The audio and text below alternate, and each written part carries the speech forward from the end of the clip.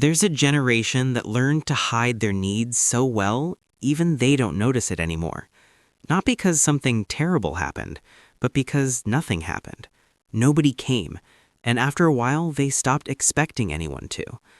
If you've ever felt like you can handle everything but have no idea how to ask for help, this might explain why. This is the psychology of Generation X, the people born between 1965 and 1980, the ones history keeps skipping over, and the ones who, honestly, got used to being skipped.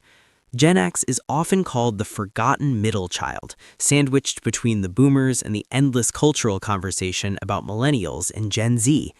But most people get this wrong. Being forgotten isn't just a fun demographic footnote, it's a psychological experience. And when an entire generation grows up in the margins, not celebrated, not centered, it shapes something deep in how they relate to attention, to authority, and to their own needs. What it builds is a very specific kind of person, self-reliant, quietly skeptical, and almost allergic to dependence. And here's the strange part. It doesn't show up as obvious damage. It shows up as habits, as preferences, as a particular, unmistakable style of moving through the world. Picture it simply. You come home, empty house, TV on, microwave dinner, nobody asking how your day was, not because they didn't love you, but because they were working or gone or just not there. That was the daily reality for millions of Gen X kids.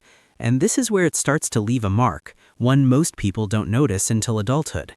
When a child repeatedly has to self-soothe, self-manage, self-direct, they write a rule into their nervous system. I am the one who handles things. I cannot afford to fall apart. Nobody teaches them that rule. Nobody needs to. It just becomes the operating system. And what it produces, decades later, is someone who is remarkable in a crisis, deeply uncomfortable receiving help, and quietly exhausted from a lifetime of being the person everyone else leans on. That's not a character flaw. That's a blueprint written before they had any say in it. If you're Gen X, you probably grew up being called cynical, apathetic, the slacker generation. But here's what most people completely misread about that. What looked like apathy from the outside was actually something much more deliberate. These were kids who watched Watergate dismantle trust in leadership, who saw a government ignore an entire epidemic, who lived through economic instability, skyrocketing divorce rates, and a media culture that sold them an image of life that never matched the one they were actually living. So they learned to hold things loosely. Don't get too attached. Don't believe the whole story on the first telling.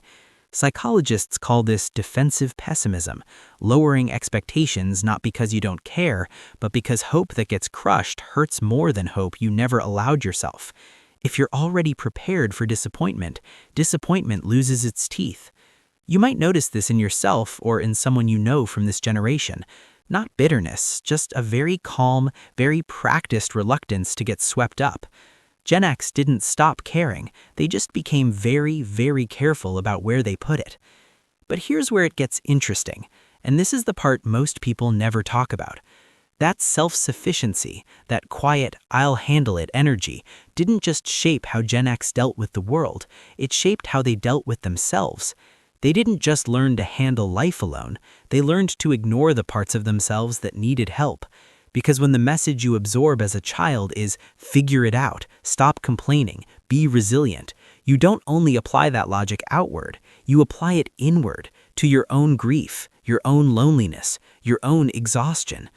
Gen X became, as a generation, extraordinarily skilled at emotional suppression. Not the dramatic, visible kind, the quiet, high-functioning kind.